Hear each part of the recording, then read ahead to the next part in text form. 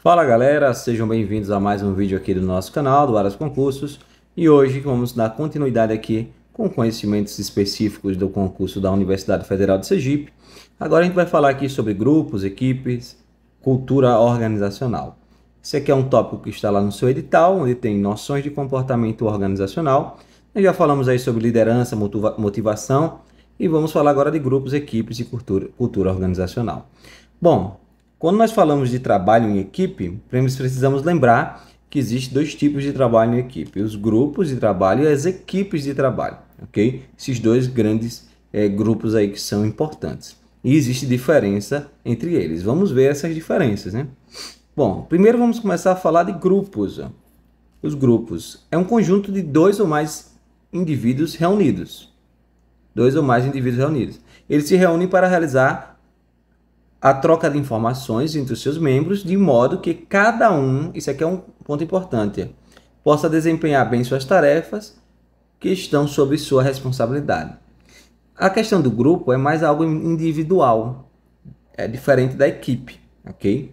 Olha, os grupos têm o propósito de trocar informações e cada membro possui seu próprio objetivo. Quando nós estamos falando de equipe, a equipe inteira tem o mesmo objetivo ali.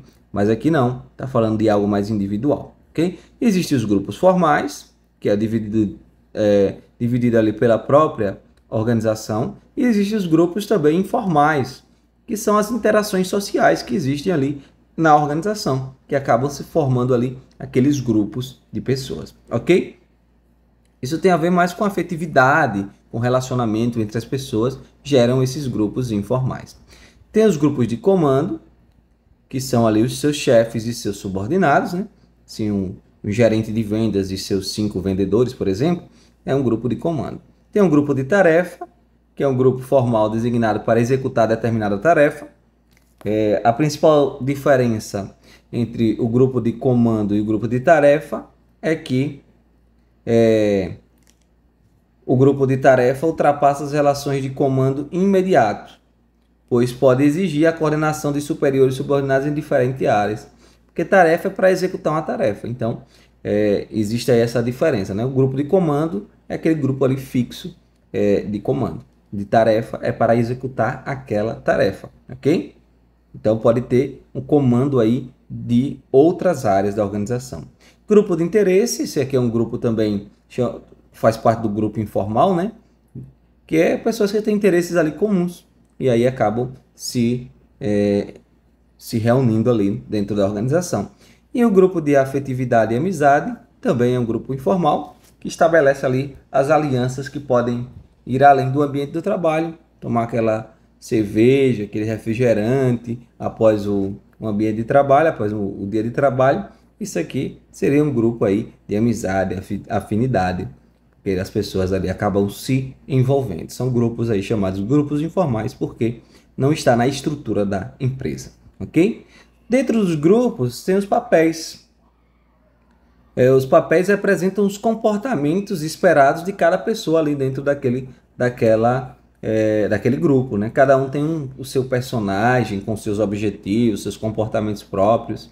Por exemplo, a gente pode pensar em grupos informais, tem aquele engraçado, aquele que é mais cabeça, aquele que dá bons conselhos. Então, aí são grupos, são os papéis, né? O que eles fazem. Tem as normas também, que são as normas e padrões de comportamentos tidos como aceitáveis dentro do grupo, ok? Ali, dentro daquele grupo, existem normas e padrões, regras, né? Que precisam ser cumpridas. Às vezes as regras não são escritas, se for um grupo informal, mas precisa ser cumprida, ok? E o status, trata-se aqui da posição social do indivíduo dentro do grupo. É determinado pelo poder que o indivíduo exerce sobre outros ali dentro daquele grupo. E o tamanho do grupo também trata-se da importante variável que pode afetar os diferentes maneiras, né? Afetar o grupo de diferentes maneiras. Um grupo pequeno tende a ser mais rápido para realizar suas tarefas. Agora, interessante sobre os status é que um grupo que tem maior status, né, um indivíduo que tem maior status, ele tende a se desviar ali das normas mais do que os outros. ele costuma ter mais liberdade para se desviar das normas, porque ele tem maior status, tem mais moral, né? Essas pessoas também demonstram mais resistência a pressões para conformidade do que seus colegas com status menores, ok? O status aí se trata, já que acabou se repetindo, né? Mas é a posição social do indivíduo no grupo, é como as pessoas enxergam ele, a capacidade que ele tem de ali de estar estar envolvido no grupo, de comandar, de falar com as pessoas, a influência que ele tem, né? O tamanho do grupo aqui pode gerar, se o grupo for muito grande, pode ocorrer alguns problemas. Dentre eles, o fenômeno chamado de folga social. Folga social é a tendência que os trabalhadores têm de trabalhar menos, ficar se escorando, né? Se escondendo atrás dos resultados do grupo. Então o cara fica ali dando migué, dando aquele nozinho sem fazer as atividades, porque o grupo vai acabar fazendo e ele se esconde atrás dos resultados do grupo. Então, esses são os grupos.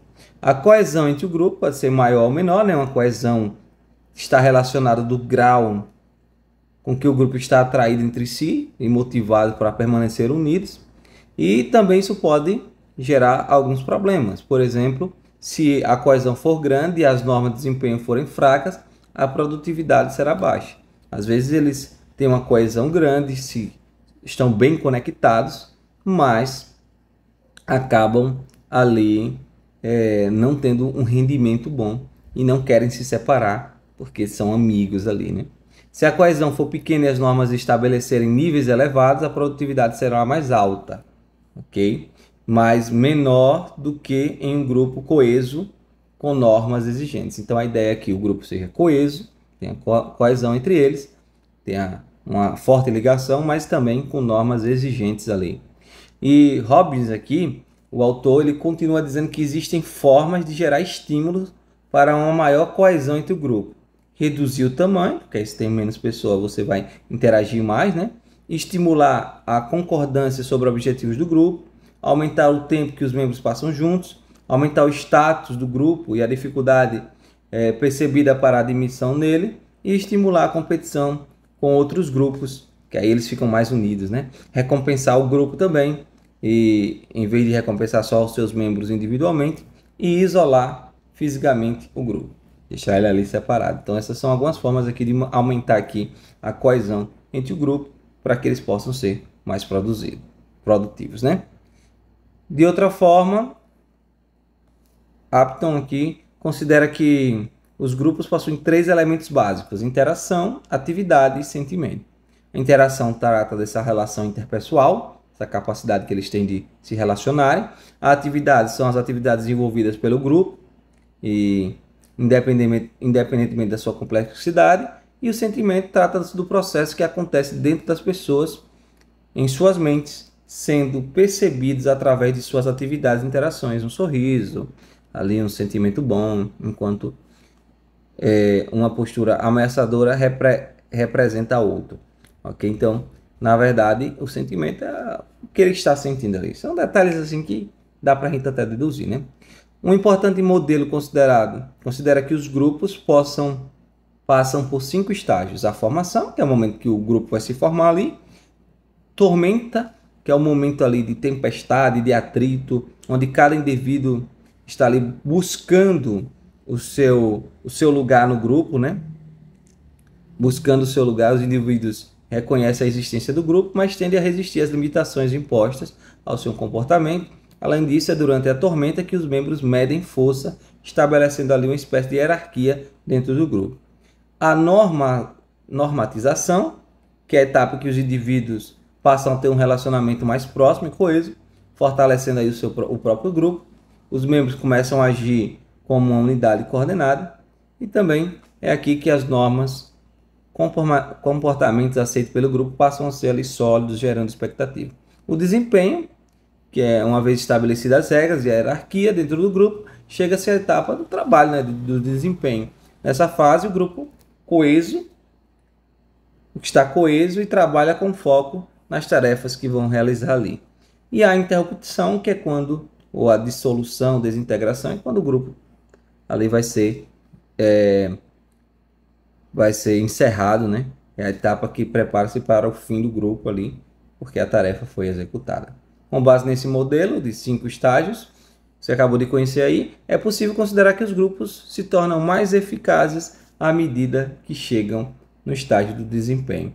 Apesar disso, existe também outra forma de compreender melhor da eficácia do grupo ao longo das etapas, como, por exemplo, os grupos tendem a funcionar melhor com níveis de conflito mais altos, por exemplo, os grupos ligados à inovação, é possível que eles funcionem com maior eficácia no estágio da tormenta, quando há mais conflitos, do que do desempenho, quando há menos conflitos. Tem muita subjetividade aí, né, nessa matéria, mas essa parte de grupos aqui, há muitas coisas dá para a gente deduzir na hora de responder as questões. Grupos e equipes aí, né? Além desse modelo, existem outros. Destaque também a importância do modelo do equilíbrio pontuado, como mais de um modelo importante para a sua prova. A ideia é que o grupo temporário passa por duas grandes fases de inércia ou equilíbrio no desenrolar suas atividades. Segundo esse modelo, os grupos temporários passam pelas seguintes etapas: uma primeira reunião para direcionar o grupo, uma fase de inércia, onde o grupo fica parado ou preso a um curso da ação fixa, uma transição, que ocorre aí na metade do cronograma estabelecido para o grupo, é a fase em que a inércia é encerrada, e importantes mudanças acontecem com o resultado da transição, novos planos são realizados e o trabalho é direcionado, o grupo começa a realizar suas tarefas. Uma nova inércia toma conta do grupo, que passa a executar os planos elaborados durante a transição, e a última reunião do grupo envolve uma nova série de mudanças e aceleração do trabalho para que este possa ser aí encerrado. Pesquisas indicam que este modelo parece ser mais apropriado aos grupos que possuem prazo determinado para encerrar e aos grupos temporários para execução das tarefas. O mais interessante é que há indicações de que a transição para mudanças acontece exatamente na metade do cronograma previsto. É como se fosse um despertador para o grupo perceber que algo precisa ser feito. Importante destacar ainda que nem sempre um grupo consegue produzir os resultados desejados, isso é claro, né? Eles só podem ser considerados eficazes se atenderem a 3 importantes critérios: produção, superando os padrões de quantidade e qualidade propostos pela organização; satisfação dos membros, gerando satisfação ali em curto prazo para os membros, desenvolvimento pessoal, né? E capacidade para cooperação contínua, com a manutenção e ampliação da capacidade de os membros trabalhar em conjunto com base nos processos interpessoais. Caso o grupo não produza o que pretende, os mesmos autores apontam aí a existência da chamada perda do processo, que pode ser influenciada por diferentes fatores, como o bloqueio da produção, está relacionado principalmente às interferências e as interrupções externas que podem causar o bloqueio das ideias dos membros do grupo, como conversas paralelas, barulhos e etc. A atividade de conservação são as atividades ali que os membros do grupo realizam por meio de papéis para a conservação do grupo, que estimulam o surgimento e a manutenção de relações sólidas, destacando os encorajadores, os harmonizadores e os definidores de padrões. Então, eles fazem atividades ali para que o grupo se mantenha junto. E isso acaba, o grupo se torna mais importante do que a própria produção, ok? Então isso acaba interferindo na produção. E a chamada vadiagem social, né? Que a pessoa fica surfando ali no desempenho do grupo, né? Trata-se da escolha de alguns membros do grupo por trabalhar menos ao tirar proveito dos trabalhos dos demais, surfando nos resultados obtidos. É a chamada folga social ou vadiagem social. Então, um grupo que tem bloqueio de produção, atividade de conservação, que quer conservar o grupo a qualquer custo, ou vadiagem social, aí está tendo aí perda do processo. Outro fenômeno interessante na dinâmica do funcionamento do grupo é o paradoxo de Albilene. Quando a comunicação é falha entre os membros de um grupo, é comum que o indivíduo abra mão da sua vontade em função do grupo. Ou seja, acaba que todo mundo vai fazer alguma coisa sem que queira fazer. Ninguém faz o que realmente quer. Como aqui tem um exemplo de, por exemplo, tem uma reunião que não serve para nada, mas como todo mundo não quer participar da reunião, mas não tem coragem de dizer, vai abrir mão ali em prol dos outros, né? Todos os membros tendem a agir ali da mesma forma. Isso é chamado de paradoxo de Abilene, beleza? Agora aqui, equipes. Para começarmos esse estudo, é fundamental que você saiba diferenciar equipes de trabalho e grupos de trabalho. O grupo de trabalho é a reunião de pessoas para compartilhar informações e tomar decisões em torno de tarefas individuais, realizadas por cada um dos seus membros. As competências desses membros são aleatórias e não há sinergia gerada, podendo haver ali perdas de produtividade. Então não há sinergia, não quer dizer que tenha aquela conexão muito forte, ok? A ideia de sinergia é que o grupo, ou seja, a equipe, né, na verdade, ela tenha um desempenho melhor do que os seres individuais. Nas equipes tem sinergia, nos grupos não tem sinergia. As equipes de trabalho, por sua vez, são criadas para gerar sinergia, ou seja, para que haja ganho de produtividade no trabalho por meio do esforço coordenado. A ideia é que o todo possa ser maior do que a soma das partes. Ou seja, tem um grupo ou tem uma equipe de 10 pessoas. Se as 10 trabalhassem separadamente, elas iriam ter um desempenho. Se elas trabalham juntas em uma equipe, elas vão ter um desempenho melhor. Então é essa a ideia, ok? É que o objetivo, o desempenho coletivo seja maior do que o desempenho individual. Temos aqui as equipes os tipos, né? Força-tarefa, para resolver um assunto específico, multifuncional, interdisciplinar ou interfuncional, que são aquelas equipes formadas por colaboradores de perfis diferentes. A composição da equipe por membro de diferentes formas favorece o surgimento de novas ideias e soluções criativas para o problema.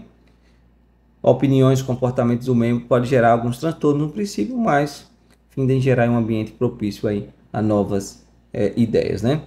Equipes de projetos, que são equipes ali temporárias, né, para a produção de um resultado exclusivo, único, um projeto, né?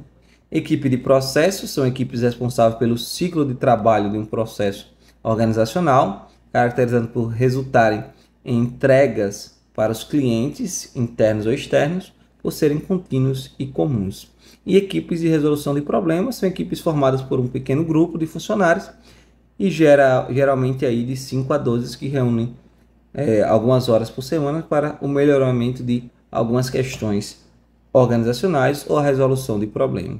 Tem as equipes autogerenciadas, que como o nome diz, né, a essência dessas equipes é exatamente o que o nome propõe. As equipes possam ser autogerenciadas sem a necessidade de uma supervisão direta. Então, equipes virtuais são aquelas equipes formadas por pessoas que estão em espaços diferentes, mas que se reúnem aí de modo online para desenvolver aí seus trabalhos, ok? E equipes de riscos são aquelas criadas como forma de prover o espírito empreendedor dos funcionários, que possuirão ampla autonomia para administrar orçamento, atingir objetivos, por exemplo, apresentar inovações. Então, aqui a gente viu a diferença de grupos e equipes. O que é que você tem que pensar? Grupos são indivíduos juntos, mas que têm pensamentos e ideias ali diferentes, que não há sinergia entre eles. E as equipes, há sinergia entre elas. E esses termos aqui, como tarefa, resolução de problemas, projetos, dá para a gente deduzir pelo conhecimento que a gente tem de mundo, ok? Vamos falar agora de cultura organizacional. A cultura organizacional pode ser definida como um conjunto de valores, crenças, costumes, hábitos, normas, símbolos, entre outros, que são compartilhados pelos membros de uma organização. A cultura organizacional é composta aí por algumas características: inovação e assunção dos riscos, é o grau que os funcionários estão estimulados a inovar e assumir risco.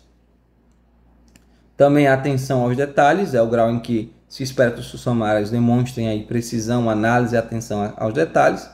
Orientação para os resultados, o grau que os funcionários ali focam nos resultados, nos objetivos da empresa. Orientação para pessoas, que levam em consideração aí o efeito dos resultados sobre as pessoas dentro da organização. Orientação para a equipe, o grau em que as atividades de trabalho são organizadas em termos de equipes do que de indivíduos, né? E a agressividade é o grau que as pessoas estão competitivas, agressivas, em vez de dóceis e acomodadas dentro da empresa. E estabilidade é o grau em que as atividades organizacionais enfatizam a manutenção do status ao invés do crescimento. Todas essas características existem dentro de uma organização em menores ou maior grau, formam aí a complexidade da cultura organizacional.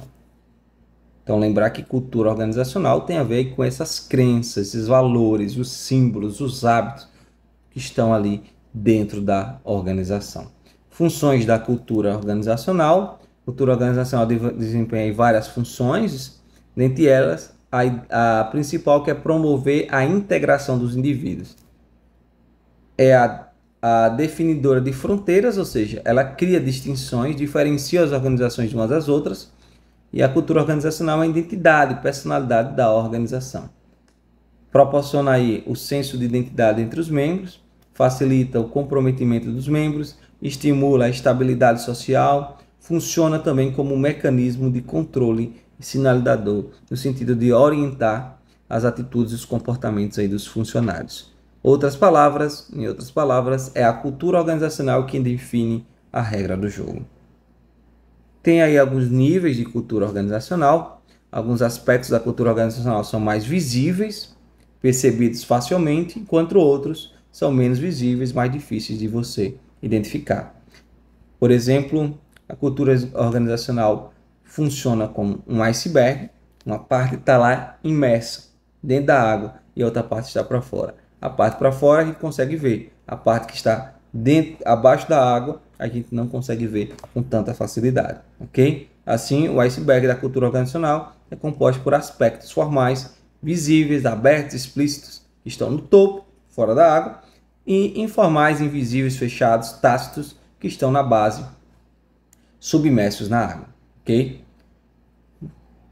Aqui nós temos os aspectos formais, visíveis, explícitos, e os aspectos informais. Essa parte aqui está dentro da água e essa parte aqui está fora da água. Claro que os aspectos formais visíveis são mais fáceis da gente observar.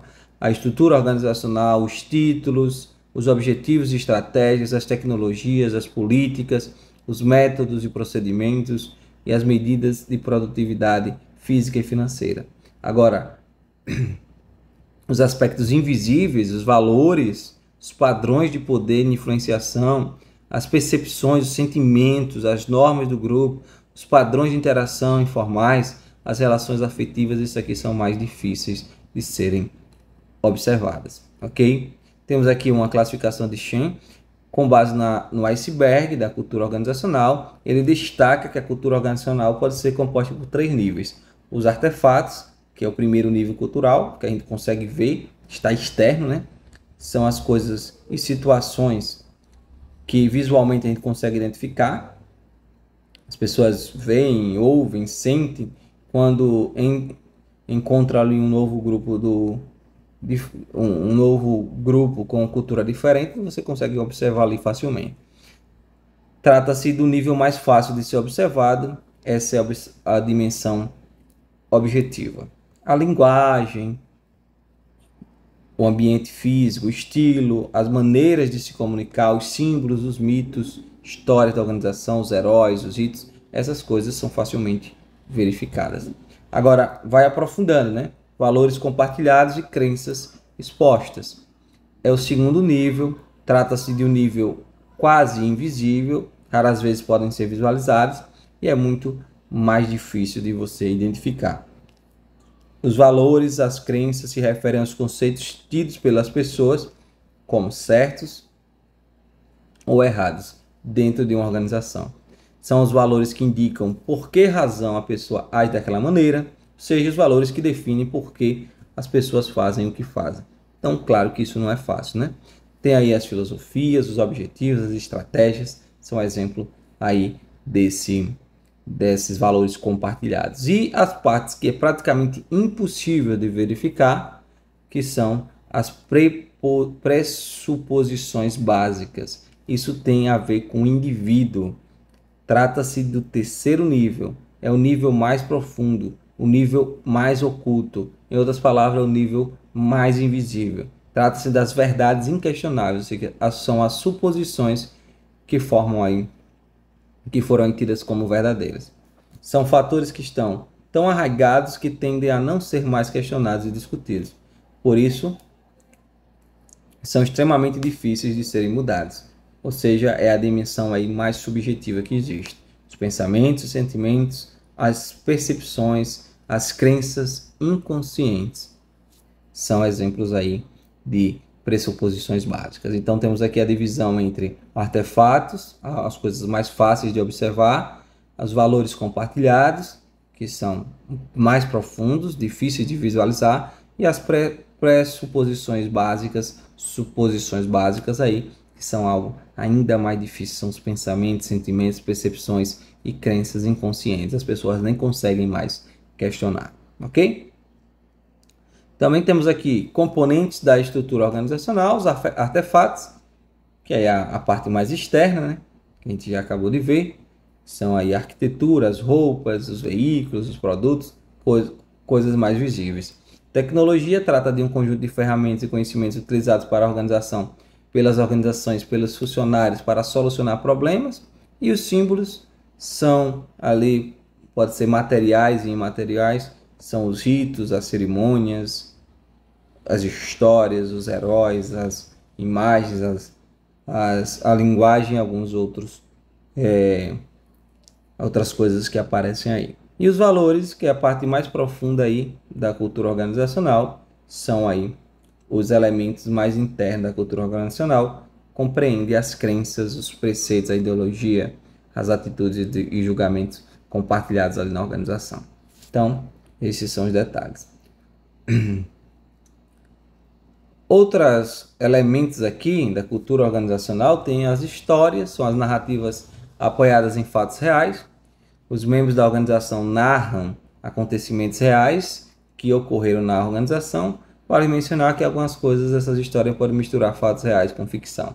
Os mitos também, né? São as narrativas fictícias. Os tabus são coisas que não se falam e não se evidenciam dentro da organização. São coisas que todos evitam até mencionar ali dentro da organização. Por exemplo, aqui discutir política, religião, sexualidade. Então são coisas que muitas vezes são evitadas aí para não gerar problema. Os heróis tratam daquelas pessoas reconhecidas dentro da organização. E os símbolos são aspectos visíveis, como por exemplo as bandeiras, as logomarcas, os hinos, elevador privativo, para executivas, etc. São coisas aí simbólicas que dá para ver. As normas, que são as regras da organização. As crenças, que se referem às coisas que são tidas como verdade dentro da organização. Os valores, que são os conceitos básicos da organização. Os valores representam a essência da filosofia da organização, orientando ali para atingirem o sucesso. Os ritos, rituais e cerimônias são atividades planejadas pelas organizações aí, as quais são executadas atividades de interações sociais. Ritos são atividades realizadas com o objetivo de comunicar algum propósito específico. Trata-se de um conjunto de atividades elaboradas e dramáticas que consolidam várias formas de expressões culturais. E os rituais são ações repetidamente realizadas, utilizadas para reforçar valores. As cerimônias aí trata de um sistema de vários ritos ligados aí a uma ocasião ou um evento específico, por exemplo, uma celebração. E a comunicação favorece a interação entre os indivíduos ali, em troca de mensagem. Artefatos são objetos que facilitam as atividades, os veículos. Veja que é algo que também é bem visível, né? O arranjo físico, as roupas. E a linguagem é a maneira singular com que os membros se comunicam na organização. Então, esses são aí alguns elementos aqui da cultura organizacional, né? Outros atores aí. Também Chiavenato traz aqui alguns elementos como cotidiano do comportamento, que você consegue observar ali pelos gestos, rituais, normas, que são as regras, e ver que algumas coisas se repetem. Isso aí você não vai precisar lembrar do autor, você geralmente não se cobra isso, né? Valores dominantes, que são ali os valores, as qualidades que as pessoas encontram ali na organização, né? São os conceitos definidos pela organização, como a ética, o respeito pelas pessoas, qualidade de seus produtos, etc. Filosofia administrativa, que é responsável por orientar ali a política da organização. Regras do jogo, que são as regras, as normas, né? Como as coisas funcionam. E o clima organizacional, que são os sentimentos das pessoas e a maneira como elas interagem entre si com os clientes ou com os elementos externos. Existem 3 tipos de culturas aqui que a gente vai ver, né? Primeiro, a subcultura. Subcultura representa os valores que são compartilhados por apenas alguns membros, não são todos, ok? Então são chamados de subculturas. Alguns membros compartilham daqueles valores. E também tem a contracultura, que são valores contrários à cultura dominante na organização. Ocorre quando os valores compartilhados por alguns membros ou por determinadas unidades se tornam contrários ou antagônicas ali à cultura dominante. Tem a cultura forte, cultura fraca. A forte é uma cultura que os valores essenciais da organização são aceitos e acatados. E a cultura fraca já é uma cultura em que os valores essenciais da organização não são aceitos e acatados ali pela sua maioria, né? Pela maioria. Tem a cultura chamada adaptativa, que é aquela que tem flexibilidade, maleabilidade, e a conservadora, que é aquela caracterizada pela manutenção dos valores, não existem muitas mudanças, ok? A adaptativa é que se aplica aos ambientes de hoje, que tem que dar uma mudada, né? Porque o mundo está mudando rapidamente. E atualmente nesse ambiente cada vez mais complexo e dinâmico, a tendência é que as organizações procurem aí culturas adaptativas com o objetivo de se orientar de acordo com as mudanças, as inovações que ocorrem, para assim melhor atender os seus clientes. E por fim, clima organizacional é a percepção que os membros da organização têm do ambiente de trabalho, como é que eles se sentem. Em outras palavras, o clima organizacional consiste nas percepções comuns que os membros de uma organização possuem sobre diversos aspectos da empresa. O clima organizacional consiste no conjunto de percepções compartilhadas pelos membros da organização em relação a diversos aspectos da empresa, do ambiente de trabalho. Então a gente vê aqui qual a diferença básica entre clima organizacional e cultura organizacional. Clima organizacional, ou clima organizacional, né? Clima psicológico e satisfação no trabalho. Está relacionado com as percepções, aqui ó, percepções compartilhadas pelos funcionários em relação a diversos aspectos da empresa. São percepções cognitivas, natureza descritiva, envolve a percepção coletiva do grupo, ele tem a ver com o grupo. Psicológico, né? Está relacionado à percepção individual de cada indivíduo. São percepções afetiva, avaliativa, envolve a percepção individual. Satisfação no trabalho está relacionado à atitude do indivíduo para com o seu ambiente de trabalho, como ele se sente. São as percepções cognitivas e afetivas, são descritivas e avaliativas, envolve a percepção coletiva do grupo ou do indivíduo ali. Então, clima organizacional é como as pessoas se sentem ali dentro da empresa. Então, e temos aqui agora modelos de pesquisas de clima organizacional. O modelo desse jovem aqui utiliza um questionário baseado em 9 fatores: estrutura, responsabilidade, desafio, recompensa, relacionamento, cooperação, conflito. Outro recompensa, padrões, responsabilidade, conformidade, que dificilmente cai. E o modelo de 1983 utiliza o questionário baseado em 20 fatores que vai analisar aí a cultura organizacional, ou o clima organizacional. Aqui vemos a diferença entre cultura e clima organizacional. Cultura organizacional, valores, normas e padrões. Já o clima são as percepções, interpretações que as pessoas têm da organização. A cultura é a identidade da organização. O clima é o estado de espírito da organização. A cultura é mais enraizada. O clima é mais superficial, que pode mudar, né? É mais difícil de ser percebida a cultura. O clima é mais fácil de ser percebido. É mais difícil de ser mudada, porque é mais estável. É mais temporária, porque, como eu falei, pode ser mudada. O grupo pode começar a ver o clima organizacional de forma diferente. As mudanças ocorrem aqui na cultura organizacional a longo prazo, no clima a médio prazo ou curto prazo, e existem diversas classificações de cultura, e no clima organizacional pode ser classificada em favorável ou desfavorável. Então aqui a gente encerra esse vídeo com todo esse conteúdo aqui. Foi bem rápido, a gente tratou aqui rápido, porque alguns detalhes a gente consegue ver pela nossa percepção de mundo, né? Alguns detalhes. Claro, tem que responder bastante questões para ver como a banca cobra esse assunto. Espero que vocês tenham gostado, deixe seu like, se inscreva no canal. É isso aí, valeu, tchau, tchau.